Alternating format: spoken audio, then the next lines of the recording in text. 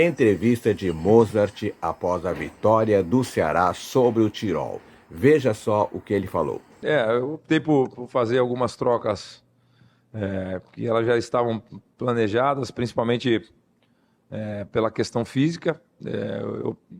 O Pedro Gilmar não iniciou hoje pelo fato de ter 2 cartões, né? E eu também queria ver o Gabriel jogando ao lado do Éder, né? Eu gostei do Gabriel no jogo contra o Floresta. Achei que ele fez um jogo bem sólido, né? Assim, eu gostei da atuação da equipe. Em alguns momentos nós cedemos alguns espaços ao Tirol que nós precisamos corrigir, mas eu saio satisfeito assim com o volume ofensivo, com os gols, com a entrega, e alguns erros fazem parte desse processo de evolução, e até importante que aconteça para a gente poder corrigir e não cometê-los mais. Mas a postura dos jogadores, assim, e nós precisamos vencer, principalmente para garantir a primeira colocação na nossa chave. Então, eu saio satisfeito com o que nós produzimos.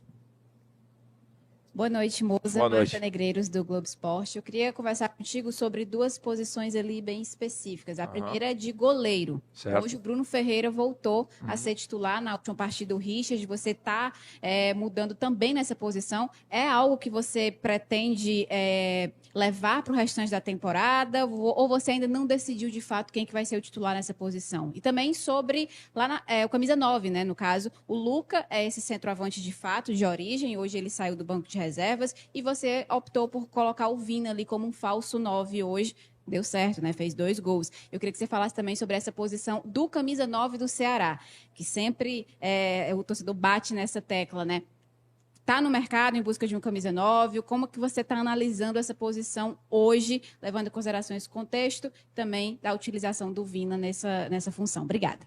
Em relação às posições que você falou, assim, eu acredito em competição interna, assim, né? Se não existir uma competição interna forte, não tem como uma equipe se desenvolver, né? Então, né, nós temos o Richard, o Bruno e o Jorge, mais o Gustavo, que é um menino da base, que inclusive fez um jogo bem sólido lá contra o Floresta. Mas nós temos competição interna em todas as posições. Eu optei de iniciar com o Vina como 9, porque, na minha opinião, ele consegue fazer essa função, seja um 9 de origem, seja um 4º jogador de meio campo, que em alguns momentos ele fez durante o jogo. O fato do Matheus e o Vina se combinarem bem, eles se entendem. Quando o Vina flutua, o Matheus adianta um pouco mais. Enfim, eles conseguem ter esse entendimento. Mas não tem uma definição de quem vai iniciar, da equipe titular. Nós estamos ainda nesse processo de equilibrar fisicamente todos os jogadores, sem correr nenhum tipo de risco. Mas eu acredito muito em competição interna. E essa disputa ela vai estar sempre aberta, durante a temporada inteira, porque é o próprio jogador que acaba se escalando. Então, baseado no desempenho que eu entendo, que eu vejo no dia a dia, eu tomo as minhas decisões. Então, nós vamos ter um dia a mais de descanso, né? E provavelmente a gente só joga no domingo agora.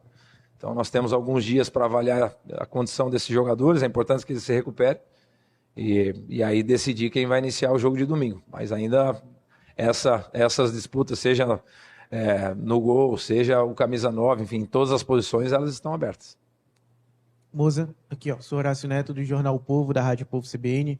E até pegando uma carona na pergunta da Marta, mas eu queria que fosse mais específico em relação à função que fez o Vina e essa troca que teve junto com o Matheus.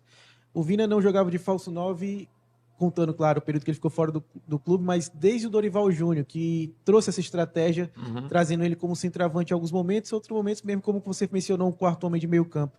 Eu queria que você falasse da utilização disso, até que, destacando, até como a Marta falou, que de fato funcionou não só pelos gols, mas pela atuação, mas eu queria que você explicasse como foi essa ideia e principalmente como foi o funcionamento dele em campo.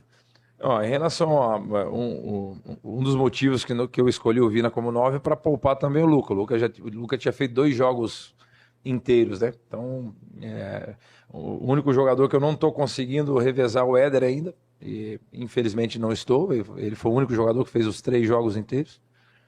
Mas o Vina ele tem essa capacidade de jogar como 9, de flutuar como eu respondi na pergunta anterior, é uma possibilidade a mais que a gente tem, né? Apesar de eu ter gostado bastante a forma que o Luca entrou no jogo também.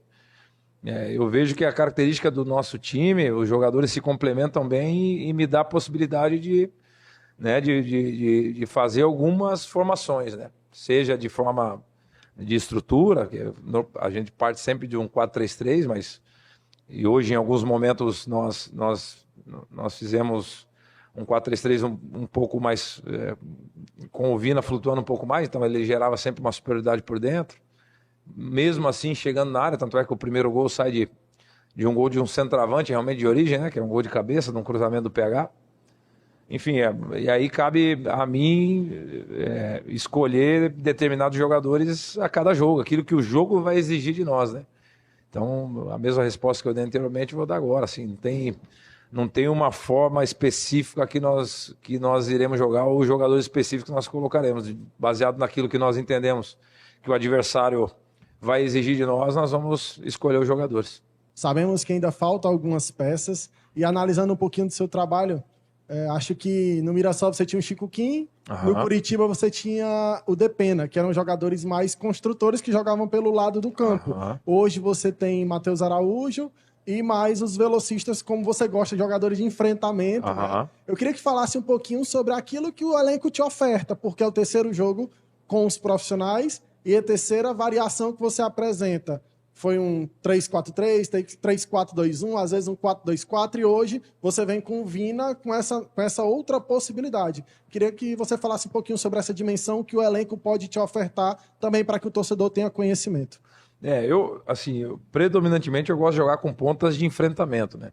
E aqui nós temos o PH, que tem uma característica diferente do Fernandinho.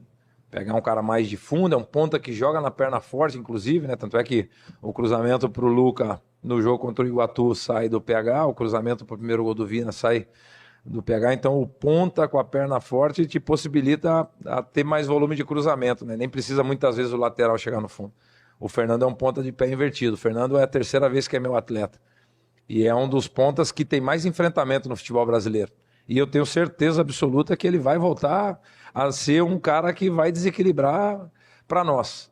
Porque eu entendo que o jogador que dribla, ele é o jogador mais cobiçado hoje do futebol mundial. Não sou eu que estou falando, é só assistir.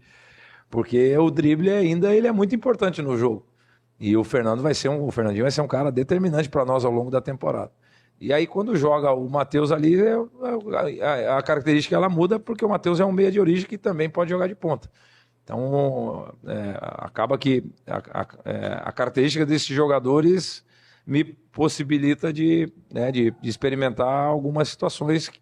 E hoje nós iniciamos de um jeito no primeiro tempo. Eu optei por colocar o Matheus e o Vina do mesmo lado com o Fernando ali, e eles combinam bem, porque são jogadores bem técnicos, né? E mesmo assim, além da técnica, eles conseguem ainda infiltrar, pisar na área, enfim. Então, nós temos um leque de características importantes dentro do nosso elenco. É óbvio que nós estamos sempre atentos ao mercado, nos ajustes que nós precisamos fazer, das necessidades, mas eu estou extremamente satisfeito com aquilo que a gente tem.